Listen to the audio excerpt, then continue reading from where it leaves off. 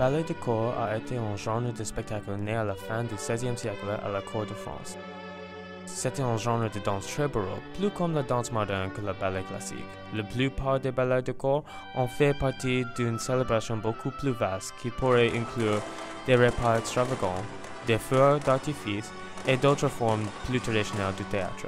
Le premier grand ballet de corps a été le ballet comique de la Reine en 1581.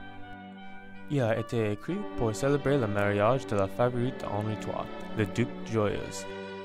L'intrigue est au sujet de la déesse grecque Circé qui est vaincue par le roi à la fin de la danse.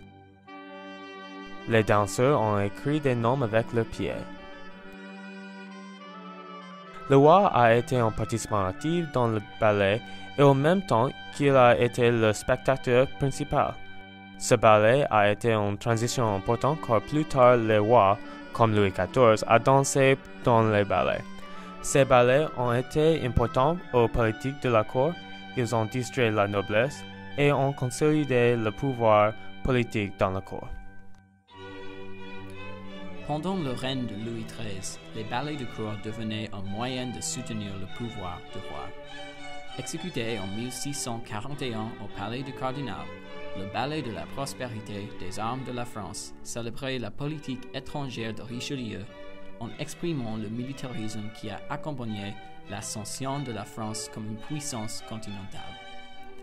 Une comédie muette en 5 actes, ce ballet utilisait une allégorie d'enfer et de paradis pour retracer des sièges d'Arras et d'une victoire navale sur l'Espagne en Amérique. Malgré les innovations technologiques comme des machines qui ont facilité des changements de décor, le ballet de Richelieu n'a pas été bien reçu. Le public ne s'est pas amusé de la propagande, mais ces ballets politiques ont renforcé l'idée que la prospérité du royaume procède de la gloire du monarque. En 1643, à l'âge de 4 ans, Louis XIV est devenu roi. Puisqu'il était trop jeune à régner personnellement, son premier ministre, Mazarin, a gouverné pendant la minorité de Louis XIV. Mazarin croyait que le roi doit être absolu et a bien travaillé pour créer une image forte du jeune roi. Une des méthodes importantes était l'usage des ballets de cour, dans lesquels lui-même a dansé. Dans ces ballets, notamment le ballet des noces de Pelée et Thétis et le ballet de la nuit, Mazarin a présenté le jeune Louis, dès l'âge de 13 ans, comme le dieu Apollon. Le Premier ministre voulait qu'on perçût le roi comme le soleil du matin qui se lève après le noir d'une révolution difficile.